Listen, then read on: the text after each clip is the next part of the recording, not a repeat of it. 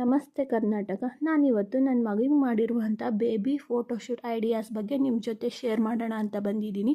So ದಯವಿಟ್ಟು ಇನ್ನೂ ಯಾರ್ಯಾರು ನನ್ನ ಚಾನಲ್ನ ಸಬ್ಸ್ಕ್ರೈಬ್ ಮಾಡಿವೋ ಪ್ಲೀಸ್ ಸಬ್ಸ್ಕ್ರೈಬ್ ಮಾಡಿ.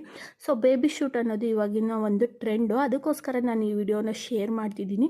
ನೀವು ಇಲ್ಲಿ ನೋಡ್ತಿದ್ದೀರಲ್ಲ, ಇದು first month baby photoshoot. So ಇದನ್ನು ಮಾಡಿರುವಂಥದ್ದು ಅವ್ರ ಮಾವ ಮತ್ತು ಅವರಪ್ಪ. ನಾನು ಆವಾಗ ಮಾಡುವಂಥ ಸ್ಟೆಬಿಲಿಟಿ ಏನಿಲ್ಲ, ಬಿಕಾಸ್ ನಂದು ಸೆಕ್ಷನ್ನು, ಅದಕ್ಕೋಸ್ಕರ.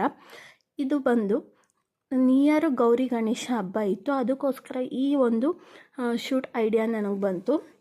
ಸೊ ಇದನ್ನು ನಾನು ಮಾಡಿರುವಂತಹದ್ದು. ಇದನ್ನು ನಾನು ಮಾಡುವಾಗ ಅಕ್ಕಿ ಮತ್ತು ಕಡಲೆಬೇಳೆ ಯೂಸ್ ಮಾಡಿಕೊಂಡು ಮಾಡಿದೆ, ಮತ್ತು ನಮ್ಮ ಮನೆಯಲ್ಲೇ ಇರುವಂತಹ ಒಂದು ಫ್ಲವರ್ಸ್ನ ಯೂಸ್ ಮಾಡಿಕೊಂಡು ಈ ಬೇಬಿ ಫೋಟೋಶೂಟ್ನ ನಾನು ಮಾಡಿದೆ.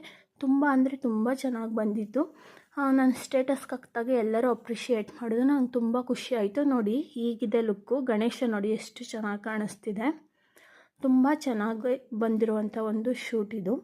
ಅದಾದ ನಂತರ ನಾನು ಮಾಡಿರುವಂತಹ ಸೆಕೆಂಡ್ ಮಂತ್ ಬೇಬಿ ಫೋಟೋಶೂಟ್ ಇದು. ಇದಂತೂ ಅಲ್ಟಿಮೇಟ್ ಅಂತ ಹೇಳ್ಬೋದು.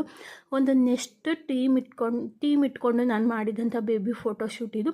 ನಾನು ಇದಕ್ಕೆ ಯೂಸ್ ಮಾಡಿರುವಂಥ ಥಿಂಗ್ಸ್ ಏನೇನು ಅಂತಂದರೆ, ಗಣಗ್ಲೆ ಹೂವು, ಮತ್ತು ಅಲ್ಲಿ ಸುತ್ತ ಹಾಕಿರುವಂತಹದ್ದು ಮೆಹಂದಿ ಸೊಪ್ಪಿನ ಗಿಡ, ಮತ್ತು ನಮ್ಮ ಮನೆಯಲ್ಲಿರುವಂತಹ ವಾಸ್ನ ನಾನು ಯೂಸ್ ಮಾಡಿಕೊಂಡು ಈ ಬೇಬಿ ಫೋಟೋಶೂಟ್ನ ಮಾಡಿದೆ.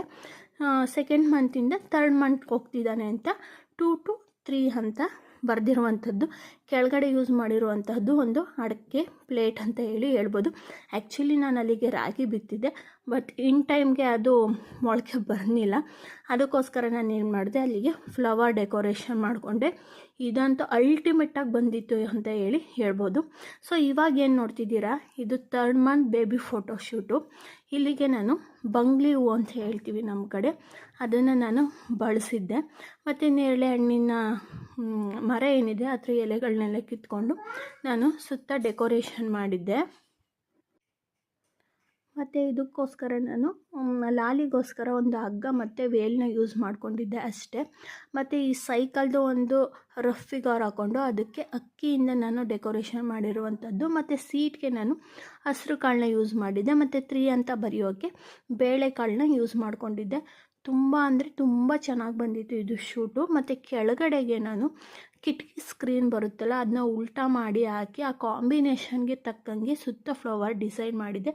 ಸೊ ಇಲ್ಲಿ ನೀವೇನು ನೋಡ್ತಿದ್ದೀರಾ, ಇದು ನನ್ನ ಮಗನಿಗೆ 100 days ಆದಾಗ ಮಾಡಿದಂಥ ಒಂದು ಶೂಟು.